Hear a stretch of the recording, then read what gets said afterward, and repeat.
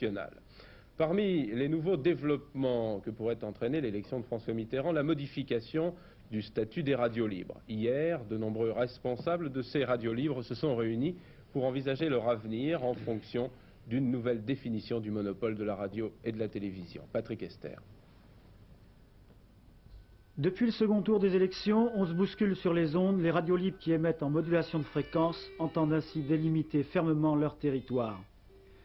Réunis hier à Paris, une cinquantaine de représentants de ces radios ont étudié la situation nouvelle créée par la victoire de François Mitterrand.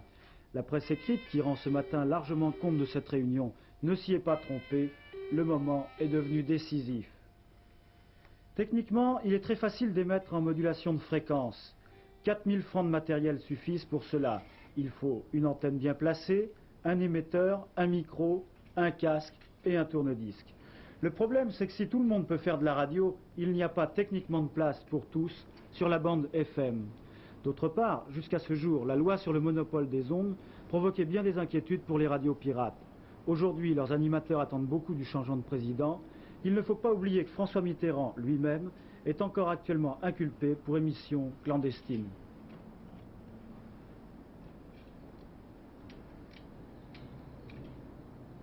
Pendant 4 ans, on a eu la police, on a eu le brouillage, convoqué, procès, et là il semblerait qu'on va être au moins toléré, et j'espère après autorisé, dans la mesure où les socialistes se sont toujours plaints du traitement suivi par les radios libres. Théoriquement, ça devrait aller bien mieux pour nous.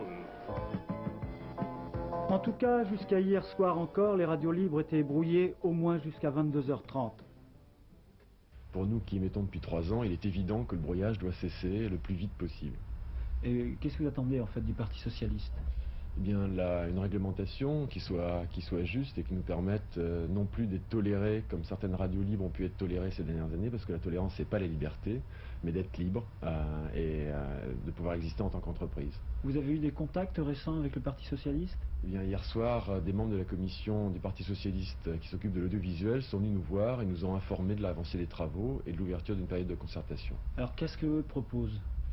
Eh bien, eux proposent un conseil régional de radio et de télévision. C'est sur ce plan-là, en particulier, que nous sommes en train d'ouvrir une période de concertation. Les négociations seront très difficiles, car l'association pour la libération des ondes, dont je fais partie, n'est pas d'accord pour former une espèce de régie commune valable pour toutes les radios libres. Régie de publicité. Régie de publicité. Publicité, le grand mot est lâché. Les radios libres vont-elles devenir des radios commerciales? La chose semble probable. Surtout lorsque l'on sait que les grands journaux quotidiens et les grands hebdomadaires se lancent eux aussi dans l'aventure. Dans les faits, le monopole est déjà en train d'éclater.